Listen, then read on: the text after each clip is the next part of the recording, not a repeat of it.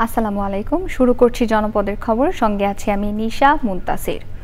এখনকার এই সংবাদ আয়োজন একই সঙ্গে চ্যানেল আই এর ইউটিউব চ্যানেল এবং চ্যানেল আই এর ওটিটি প্ল্যাটফর্ম আই স্ক্রিনে লাইভ স্ট্রিম হচ্ছে।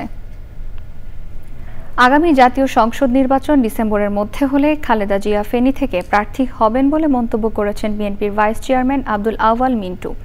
বুধবার সকালে ফেনী জেলা প্রশাসনের সাথে মতবিনিময় সভায় অর্থ অনির্ধারিত আলোচনায় সাংবাদিকদের তিনি বলেন, দেশের পরিস্থিতি সাপেক্ষে আগামী জানুয়ারিতে নির্বাচন হতে পারে।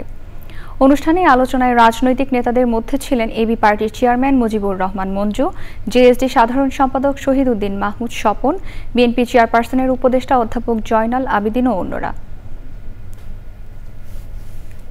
একটা দেশে যদি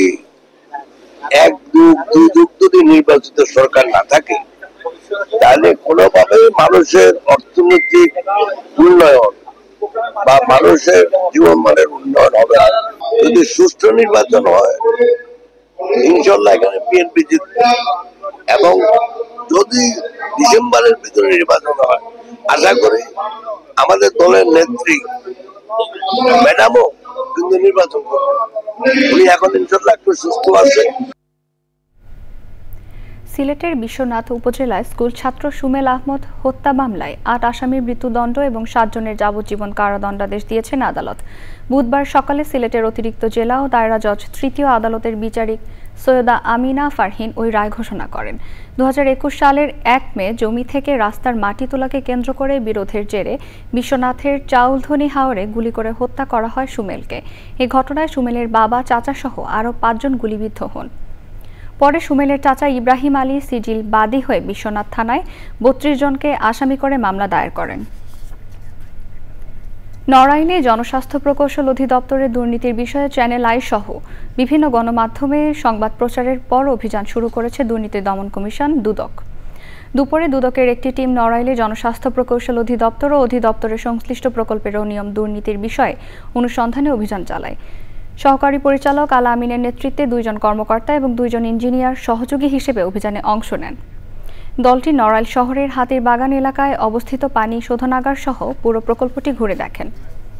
ছিল সেই অভিযোগের যে বিষয়গুলো দেখলাম, যে আসলেই সরজনে গিয়ে আমরা দেখছি যে এখানে আসলে সেই ট্রিটমেন্টে কোনো কাজ করে না। হ্যাঁ, এগুলো সবগুলো এখন অচল অবস্থায় পড়ে আছে, এবং পৌরবাসী এখানে কোনো ট্রিটমেন্ট ওয়াটারের যে প্লান্টের যে পানি পাওয়ার কথা ছিল, সেই পানি তারা দীর্ঘদিন ধরে পায় না। এবারে প্রতিনিধিদের পাঠানো তথ্য ও ভিডিও চিত্রে সারা দেশের বিভিন্ন খবর নিয়ে সাদিয়া ওমরের রিপোর্ট। গাইবান্ধার গোবিন্দগঞ্জে স্থানীয় ধর্মীয় নেতা, শিক্ষক ও গণমাধ্যম কর্মীদের অংশগ্রহণে বাল্যবিবাহ এবং মানব পাচার প্রতিরোধ বিষয়ক আলোচনা সভা করেছে গণ উন্নয়ন কেন্দ্র।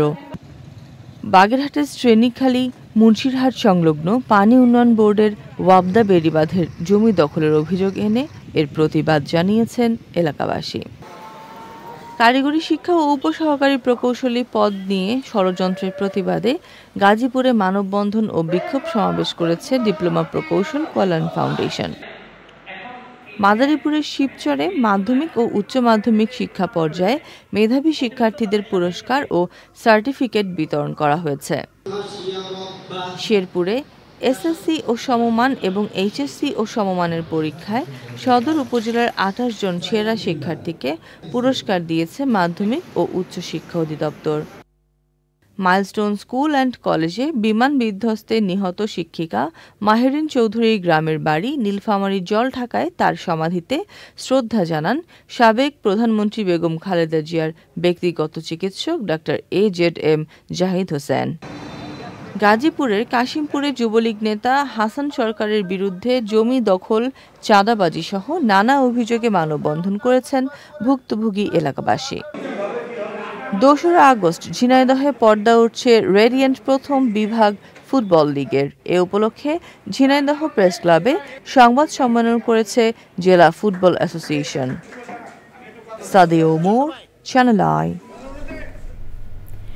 দর্শক, জনপদের খবর আজকের মতো এই পর্যন্তই। একটু পর কৃষি সংবাদ দেখার আমন্ত্রণ জানিয়ে শেষ করছি। ধন্যবাদ সবাইকে।